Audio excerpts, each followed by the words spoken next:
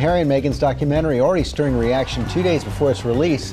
We're going to speak with our royal expert Robert Jobson in a moment. First, Trevor Ault on the trailer rocking the royal family. Good morning, Trevor. Good morning, George. So it's clear a lot of this series is about Harry and Meghan facing intense media scrutiny, and there's already media scrutiny all over this because even before it premieres, some viewers are saying this documentary is not what it seems. It's really hard to look back on it now and go, what on earth happened? This morning, mounting tension in the royal family, just 2 days until the premiere of Harry and Meghan's new documentary. But the fallout is already here. There was a war against Meghan to suit other people's agendas. It's about hatred. It's about race. It's a dirty game. The 6-part series promising an unprecedented and vulnerable look at their relationship and their exit from royal life. There's leaking, but there's also planting of stories. No one knows the full truth. We know the full truth. But British tabloids are already blasting it, calling the doc misleading. Critics pointing out some of the footage in the trailers of oppressive paparazzi actually doesn't have anything to do with Harry and Meghan. Like this picture of photographers, it's actually from 2011, 5 years before Harry and Meghan started dating. Or the swarms of cameras when Meghan says, I realized they're never going to protect you. They were actually filming President Trump's former lawyer Michael Cohen in 2019. This shot, they were filming UK celebrity Katie Price last year. The couple are facing accusations that some of their representations of media moments are misleading. We obviously have to see the whole thing, but if the media is a big villain in this, which it seems that they will be, then I think we are going to see pushback if people feel there's been unfair representation. Harry also draws direct parallels between how the media treated his mother and how they treat his wife. The pain and suffering of women marrying into this institution, this feeding frenzy. Emphasizing his biggest fear is that Meghan would meet the same fate as Princess Diana. I was terrified. I didn't want history to repeat itself. Still, critics are wary of the timing of the release on the heels of William and Kate's trip to the U.S., premiering 3 months to the day after the death of the Queen, her funeral, the last time the couples were seen together. William, Kate, Harry and Meghan put on a real show of unity for the Queen's funeral, but I think that was always a show of unity, and we see now with this documentary coming out, with Harry's book coming out, just how raw those disagreements still are.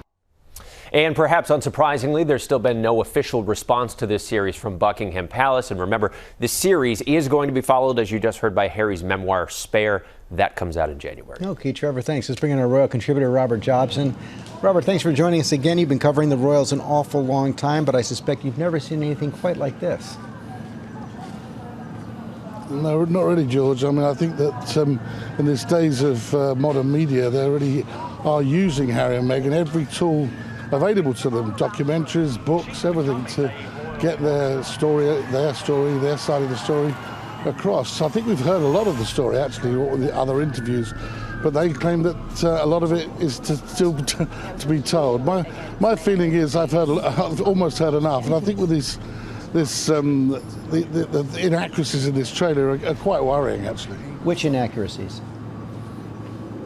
Well, there's one particular one I can tell you about because I was there. There's a picture of Meghan and Harry carrying little baby Archie. It was taken in when they were on a tour of Cape Town, and it was inside the home of Archbishop Tutu. And I was actually standing where that picture was taken, in an accredited position, a pole position, which you know all about, and next to the press secretary to them for that particular trip, which was a taxpayer-funded trip.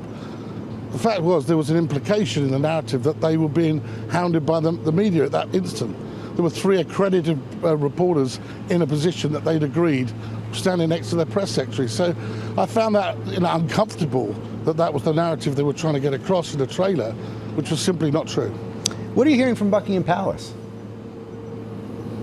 Well, at the moment they're keeping very quiet, George, because I think they don't want to get involved in any tit-for-tat rows at the moment because they haven't seen the rest of the documentary. And like you and like everybody, I haven't seen the documentary yet, so I can't make any judgment. But they are going to wait, I'm sure, until they've seen all of it. There is talk, though, that they will be pushing back if there are clear inaccuracies that they believe are wrong, and they may well do that. But at the moment, they're doing nothing at all. They're going to sit and watch and wait.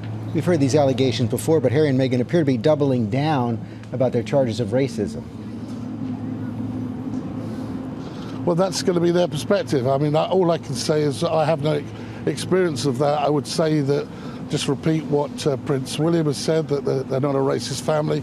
And also I know that in the last few months that William, at the behest of the King, has been driving a diversity drive at the palace. I think there's something like 8.52% ethnic minorities working for the royal household. They want to push that up to around 15-18%, and I know that William's very much behind that. But equally, you know, like a lot of institutions, not only in London and around the world and the UK, there are issues on race, there are issues on ethnicity that need to be resolved. Any way to knit the family back together after this comes out? Difficult to see it, George. I mean, I think when you've got a book of this coming out with this documentary as well, it depends what's said, but I think it's going to be quite difficult. I think the brothers are clearly at loggerheads. It's difficult for the King, his new position that he's just taken over a few months ago. But of course he loves both his sons, but this will be difficult. I think this will be very difficult for them to come back from, because it depends what's said, but you know, it's very personal and damaging. I think, you know, ultimately any parent, if your son or your daughter is talking about you in derogatory terms, you don't have to be royal for it to hurt. Robert Jobson, thanks very much. Well, hey there, GMA fans. Robin Roberts here. Thanks for checking out our YouTube channel. Lots of great stuff here. So go on, click the subscribe button right over here to get more of awesome videos and content from GMA every day, anytime. We thank you for watching, and we'll see you in the morning on GMA.